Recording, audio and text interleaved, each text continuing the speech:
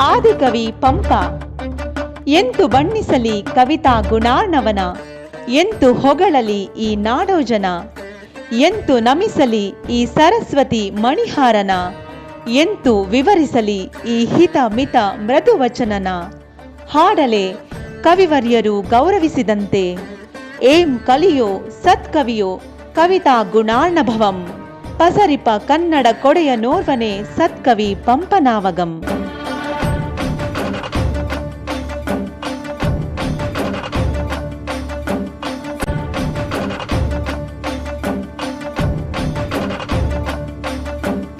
ನಮಸ್ತೆ. ಪದ್ಮವೇಣಿ ಕನ್ನಡವಾಣಿಯಿಂದ ಎಲ್ಲರಿಗೂ ಬೆಳಗಿನ ಶುಭೋದಯ.